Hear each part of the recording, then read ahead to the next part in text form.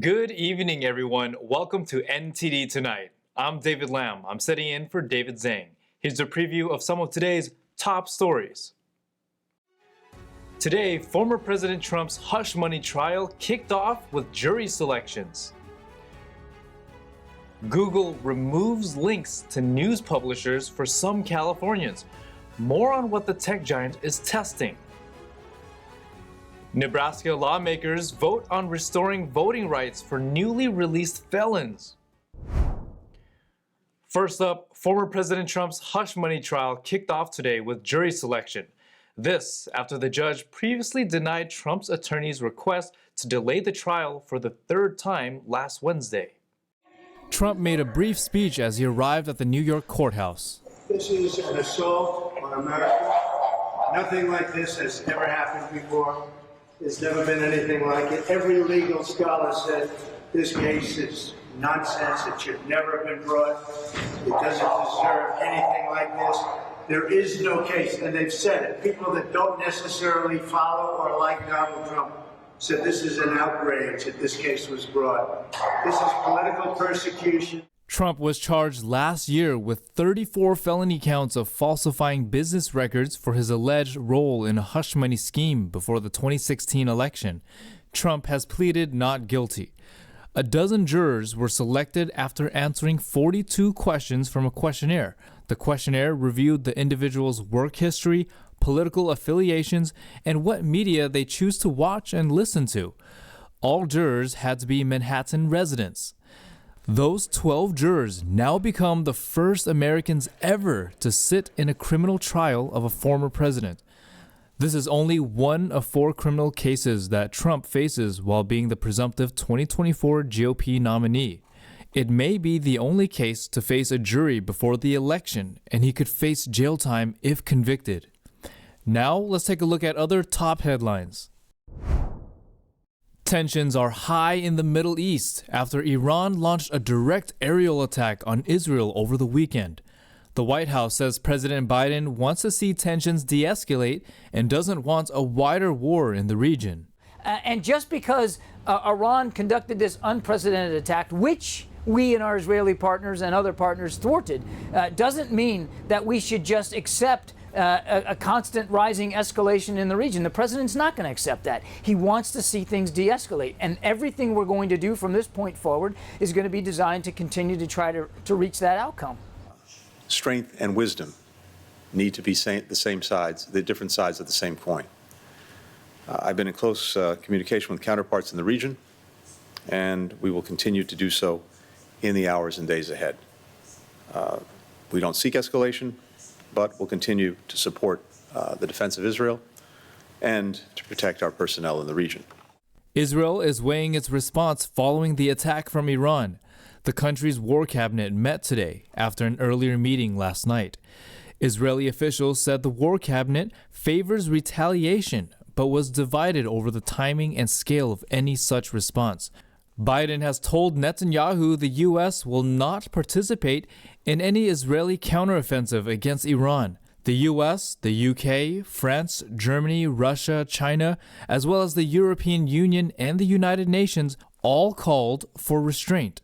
The U.S. military said it intercepted 80 drones and 6 missiles from Iran and Yemen during the attack on Israel. In a video on social media, Biden thanked U.S. military personnel who helped defend Israel. Hey, you guys are the best in the whole damn world, man. The whole world. No, that's not hyperbole, man. Both these squadrons. You're incredible. Absolutely incredible. You made an enormous difference, potentially saving a lot of lives, and thanks to extraordinary skill, the United States helped Israel take down nearly all those incoming missiles. You're remarkable. Also today, Biden hosted Iraq's prime minister to discuss regional stability. Their discussion focused on the economy and the U.S. military presence in Iraq. Portions of Iran's drone and missile attack on Israel were launched from Iraq, and the U.S. knocked down at least one Iranian ballistic missile from its base in Iraq. Meanwhile, Iran says it didn't make prearranged agreement with any country prior to the attack.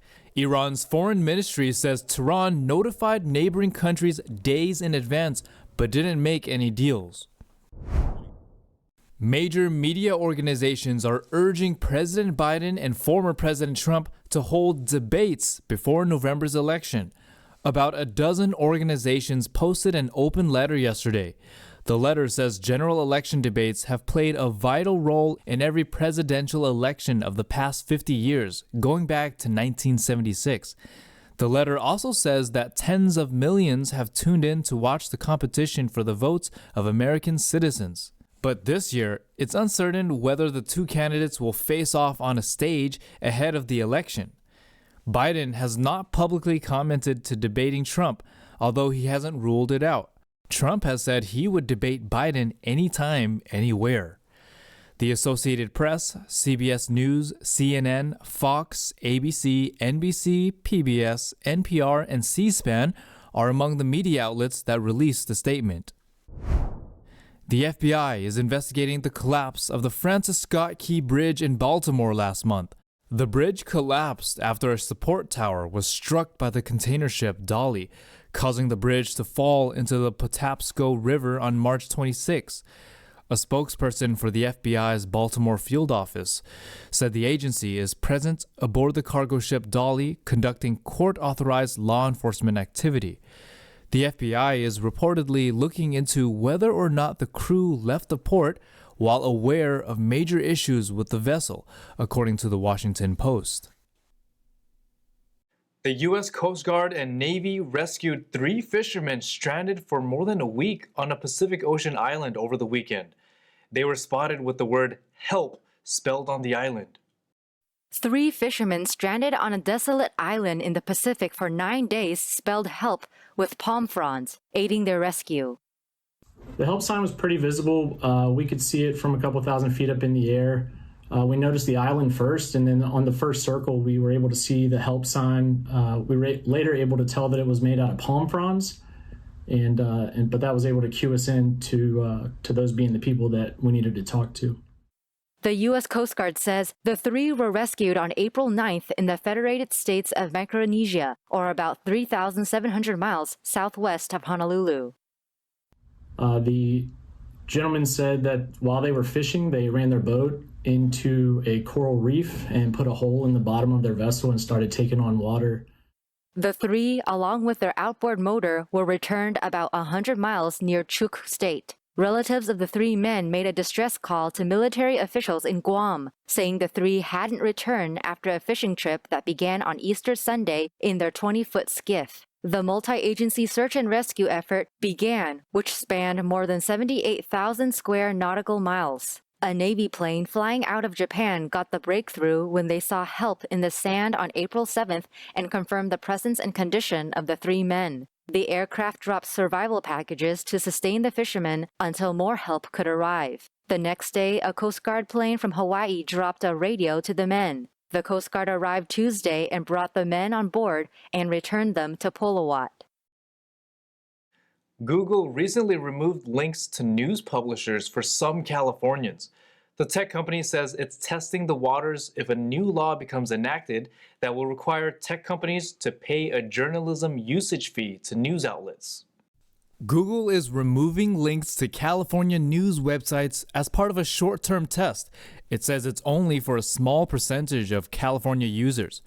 In a blog post on Friday, Google said the proposed California Journalism Preservation Act, CJPA, will require big tech companies like Google to pay news outlets for their news articles through a link tax. Google is not happy. A Google VP said the law would also put small publishers at a disadvantage and limit consumers' access to a diverse local media ecosystem, and that this law favors media conglomerates and hedge funds. But president of the News Media Alliance, Danielle Coffey, criticized Google's move, saying this is incredibly disappointing and undemocratic. It also demonstrates the real problem. One company has too much power, which the California Journalism Preservation Act solves in part so that journalists can get paid. Google says until there's more clarity on the state's regulations, it will pause investments into California's news ecosystem, including new partnerships through Google News projects and licensing with news organizations. The company says through the Google News initiative, it's partnered with more than 7,000 news publishers around the world, including 200 news organizations and 6,000 journalists in California alone. Google says it's engaging with California publishers and lawmakers to find alternatives to the proposed law. David Lamb, NTD News. Nebraska is planning to restore voting rights to newly released felons. Currently, there's a 2-year waiting period. Nebraska lawmakers passed a bill Thursday to restore the voting rights of those convicted of felonies after they complete their sentences, including prison and parole time. The bill, introduced for years by Omaha State Senator Justin Wayne, passed by a wide margin in the last year of Wayne's second term. Currently, a person who has been convicted of a felony must wait 2 years after completing all the terms of their conviction before regaining voting rights. Wayne's measure eliminates that waiting period. Prior to the waiting period, a person convicted of a felony lost their right to vote indefinitely. For years, Wayne's effort to restore voting rights for felons faced opposition from several Republicans in the officially nonpartisan Nebraska legislature. Opponents maintain that a 2-year waiting period is reasonable and serves as a deterrent to committing crimes in the first place. According to the Sentencing Project, a nonprofit sentencing advocacy group that studies criminal justice policy, as of October 2023, 26 states and the District of Columbia had expanded voting rights to people living with felony convictions. We'll take a short break now, everybody, but here's a look at what we have for you when we come right back. Colorado is on track to ban semi-automatic firearms. Find out what supporters and opponents are saying. Over 250 websites taken down. Cybersecurity firms targeting platforms that offer fake weight loss and diabetic drugs. Scotty Scheffler becomes a 2-time Masters champion in golf and wins an $18 million purse. Those stories and more coming up on NTD Tonight.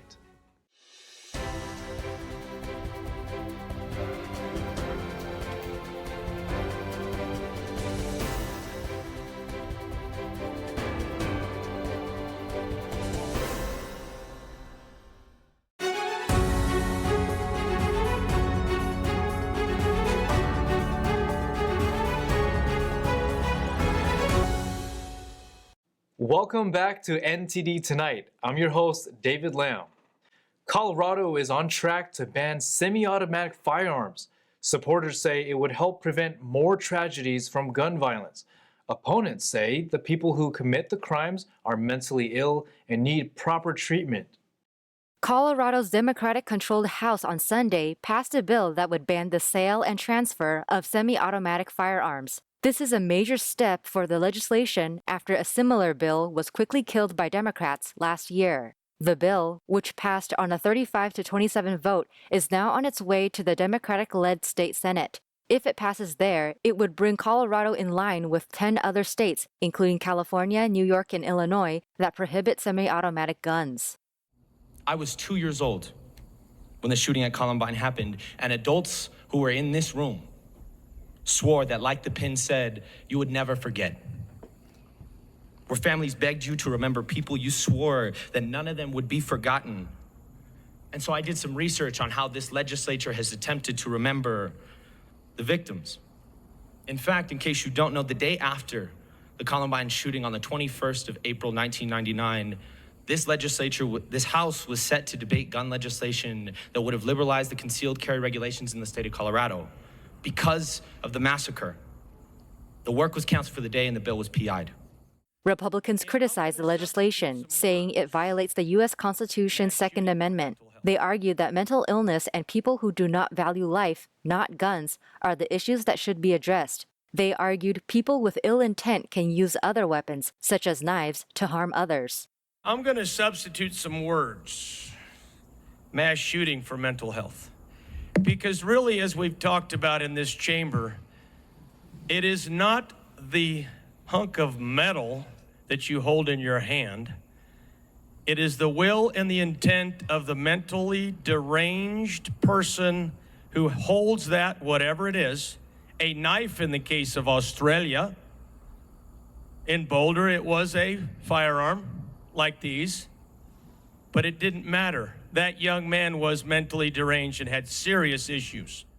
Colorado's political history is purple, shifting blue only recently. The bill's chances of success in the state Senate are lower than they were in the House, where Democrats have a 46-19 majority. Governor Jared Polis, also a Democrat, has indicated his wariness over such a ban. Last year, a similar bill died in committee. Some Democratic lawmakers say they are worried the ban would break promises to avoid government overreach regarding gun owners' rights. Colorado passed 4 less expansive gun control bills last year, which included raising the age for buying any gun from 18 to 21, establishing a 3-day waiting period between purchasing and receiving a gun, strengthening the state's red flag law, and rolling back some legal protections for the firearms industry. Those laws were signed months after 5 people were killed at an LGBTQ+ nightclub in Colorado Springs last year. A cybersecurity company has shut down over 250 websites selling counterfeit drugs for weight loss and diabetes. NTD's Christina Corona has more details on the story. BrandShield CEO Yoav Karen told Reuters that of the 279 online pharmacy websites shut down last year for selling drugs targeting metabolic conditions, over 90% were associated with GLP-1 medications. Novo Nordisk's Ozempic and Wegovy and Eli Lilly's Mounjaro and Zepbound belong to the class of GLP-1 drugs. Originally designed for type 2 diabetes treatment, they also curb appetite and slow stomach emptying. These medications have demonstrated the ability to help patients shed up to 20% of their weight on average. This has led to a surge in demand and the growth of a counterfeit market worldwide. Cases of harmful side effects associated with counterfeit Ozempic and other GLP-1 drugs have been documented in 9 countries such as Belgium, the United Kingdom, Switzerland, and the United States. BrandShield partnered with the Pharmaceutical Security Institute, or PSI, to take down the websites. PSI members, including Lilly and Novo, chose the targeted drugs. BrandShield collected evidence of counterfeit products and submitted it to hosting providers to remove the sites. Upon request, BrandShield shared this data with law enforcement. The company removed over 6,900 illegal drug listings from various social media platforms and marketplaces, including 992 marketplaces in India, 544 in Indonesia, 364 in China, and 114 in Brazil. Karen stated the company lacked data on the number of social media listings and marketplaces selling fake versions of GLP-1s. Christina Corona, NTD News. Ocean salmon fishing in California is banned again for the 2nd year in a row. The Pacific Fishery Management Council voted last week to finalize the ban. NTD's Jason Blair reports.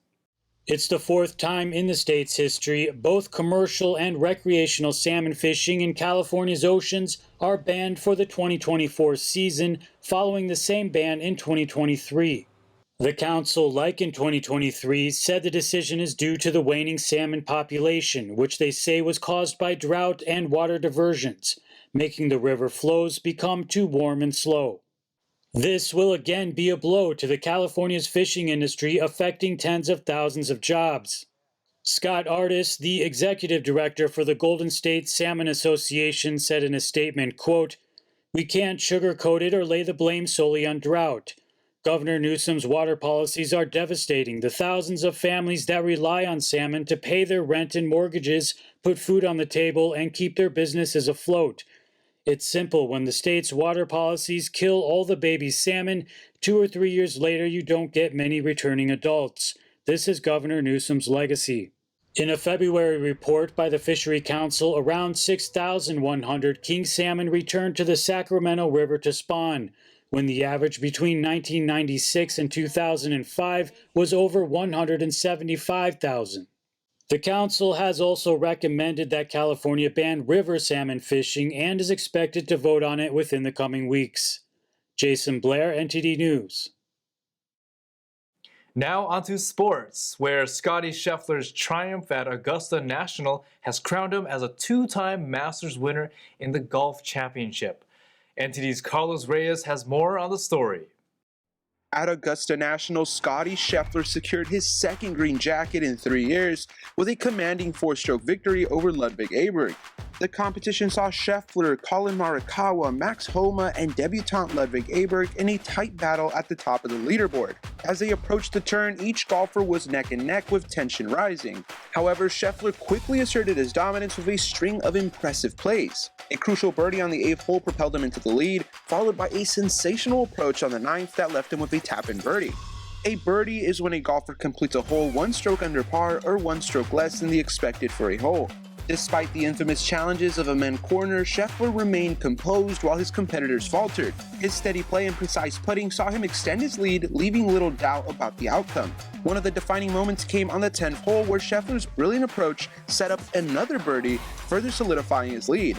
Despite a bogey on the 11th, Scheffler's cushion remained intact and his rivals failed to capitalize. As the round drew to a close, Scheffler continued to showcase his prowess, matching Aberg's birdies on the 13th and 14th holes to maintain his advantage. With a comfortable lead heading into the final stretch, Scheffler sealed the deal with a composed finish, clinching his second Masters title and the $18 million purse. Carlos Reyes, NTD News. Stay tuned for China in Focus with Tiffany Meyer coming up next.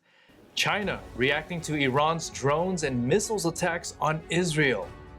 More details coming tonight on China in Focus with Tiffany Meyer at 9:30 p.m. Eastern. That's all we've got for you tonight. We'd like you to join us again on NTD Tonight every weekday at 9 p.m. I'm David Lamb, sitting in for David Zhang. Have a wonderful evening.